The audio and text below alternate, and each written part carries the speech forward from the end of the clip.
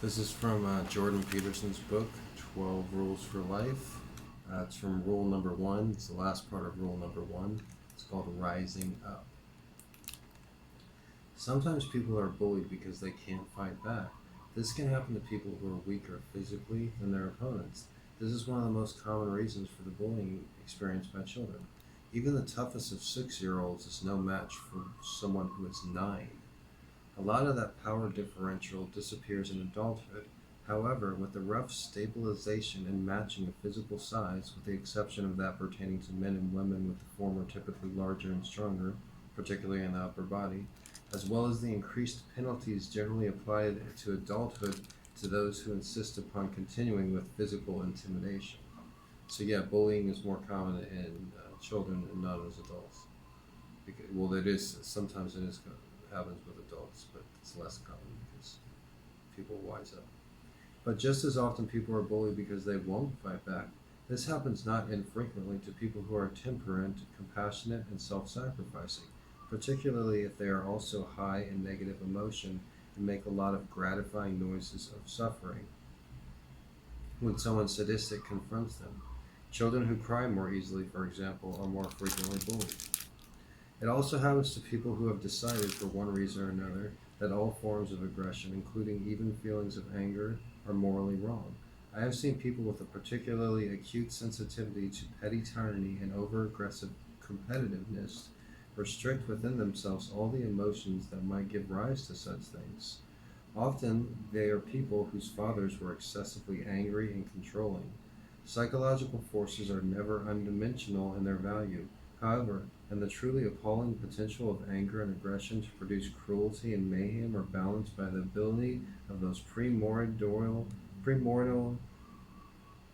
primordial forces to push back against oppression, speak truth, and motivate resolute movement forward in times of strife, uncertainty, and danger.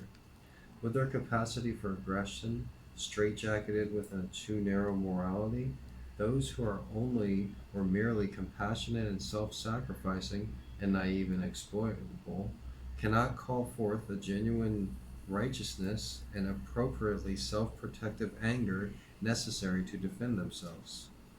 You know, the nice guy was finished last. If you can bite, you generally don't have to. When skillfully integrated, the ability to respond with aggression and violence decreases rather than increases the probability that actual aggression will become necessary. If you say no early in the cycle of oppression, and you mean what you say, which means you state your refusal in no uncertain terms and stand behind it, then the scope for oppression on the part of the oppressor will remain properly bounded and limited. The forces of tyranny expand inexplorably to fill the space made available for their existence. People who refuse to muster appropriately self-protective territorial responses are laid back open to exploitation as much as those who generally can't stand up for their own rights because of a more essential inability or true imbalance in power. It's stating, when you got to stand up to your bullies. If somebody's bullying you, you have to stand up to them. And then they stop bullying. I'm trying to get the glare out of my glasses. Okay.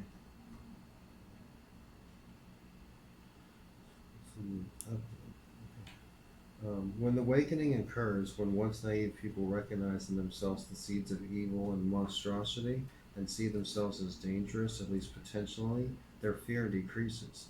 They develop more self-respect. Then, perhaps, they begin to resist oppression. They see that they have the ability to withstand because they are terrible too. They see they can and must stand up because they begin to understand how genuinely monstrous they will become otherwise, feeding on their resentment, transforming it into the most destructive of wishes. To say it again, there is very little difference between the capacity for mayhem and destruction, integrated, and strength of character. This is one of the most difficult lessons of life. I would agree. I think I skipped a page. Oh yeah, I did. No one likes to be pushed around, but people often put up with it for too long. So I get them to see their resentment, first as anger, and then as indication that something needs to be said. If not done, not least because honesty demands it, Then I get them to see such action as part of the force that holds tyranny at bay, at the social level as much as the individual. Many bureaucracies have petty authoritarians within them, generating unnecessary rules and procedures simply to express and cement power. Such people produce powerful undercurrents of resentment around them, which, if expressed, would limit their expression of pathological power. It is in this manner that the willingness of the individual to stand up for him or herself protects everyone from the corruption of society. When naive people discover the capacity for anger within themselves, they are shocked, sometimes severely. A profound example of this can be found in the susceptibility of new soldiers in post traumatic stress disorder, which often occurs because of something they watch themselves doing rather than because of something that has happened to them. They react like the monsters they can truly be in extreme battlefield conditions, and the revelation of that capacity undoes their world. And no wonder. Perhaps they assume that all of history's terrible perpetrators were people totally unlike themselves. Perhaps they were never able to see within themselves the capacity for oppression and bullying, and perhaps not their capacity for assertion and success as well.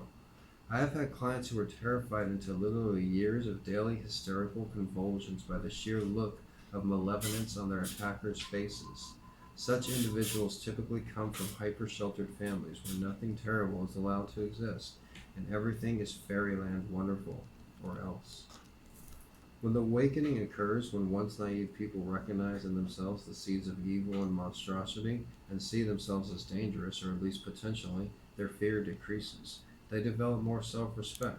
Then perhaps they begin to resist oppression. They see that they have the ability to withstand because they are terrible too. They see they can and must stand up because they begin to understand how genuinely monstrous they will become otherwise, feeding on their resentment, transforming it into the most destructive of wishes. To say it again, there is very little difference between the capacity for mayhem and destruction, integrated, and strength of character. This is one of the most difficult lessons of life. Maybe you are a loser, and maybe you're not. But if you are, you don't have to continue in that mood. Maybe you just have a bad habit. Maybe you're even just a collection of bad habits. Nonetheless, even you came by your poor posture honestly. Even you were unpopular or bullied at home or in grade school. It's not necessarily appropriate now. Circumstances change. If you slump around with the same bearing that characterizes a defeated lobster, people will assign you a lower status, and the old counter that you share with crustaceans sitting at the very base of your brain will assign you a low dominance number. Then your brain will not produce as much serotonin. This will make you less happy and more anxious and sad, and more likely to back down when you should stand up for yourself. It will also decrease the probability that you will get to live in a good neighborhood, have access to the highest quality resources, and obtain a healthy, desirable mate. It will render you more likely to abuse cocaine and alcohol as you live for the present in a world full of uncertain futures. It will increase your susceptibility to heart disease, cancer, and dementia. All in all, it's just not good. Circumstances change, and so can you. Positive feedback loops adding effect to effect can spiral counterproductivity in a negative direction, but can also work to get you ahead. That's the other, far more optimistic lesson of Price's law and the Pareto distribution. Those who start to have will probably get more. Some of these upwardly moving loops can occur in your own private subjective space. Alterations in body language offer an important example. If you are asked by a researcher to move your facial muscles one at a time into a position that would look sad to an observer, you will report feeling sadder. If you are asked to move the muscles one by one into a position that looks happy, you will report feeling happier. Emotion is partly boldly expression and can be amplified or dampened by that expression. Some of the positive feedback loops instantized by body language can occur beyond the private confines of subjective experience in the social space you share with other people.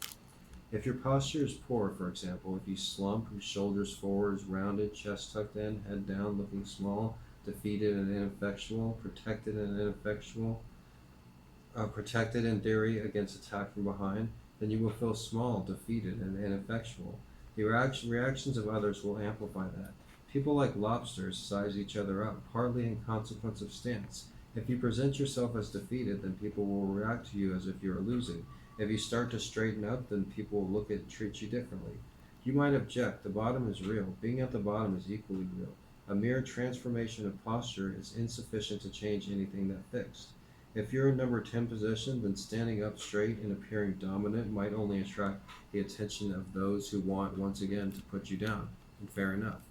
That reminds me, like whenever I sit on the front of the bus, I'm like 6'3", and I'm always told I have good posture. So I sit up straight in the front of the bus, but when I do that, I look over and there's just people glaring at me like haters, like fat people and people with pure bad posture. And so I usually sit on the back of the bus to prevent people from staring at me and or from hating on me and my good posture. Okay. Um, and fair enough, but standing up straight with your shoulders back is not something that is only physical, because you're not only a body, you're a spirit, so to speak, a psyche as well. Standing up physically also implies and invokes and demands standing up metaphysically. Standing up means voluntarily accepting the burden of being. Your nervous system responds to an entirely different manner when you face the demands of life voluntarily. You respond to a challenge instead of bracing for a catastrophe. You see the gold the dragon hoards instead of shrinking in terror from all the too real fact of the dragon. You step forward to take your place in the dominance hierarchy and occupy your territory, manifesting your willingness to defend, expand, and transform it. That can all occur practically or symbolically, as a physical or as a conceptual restructuring.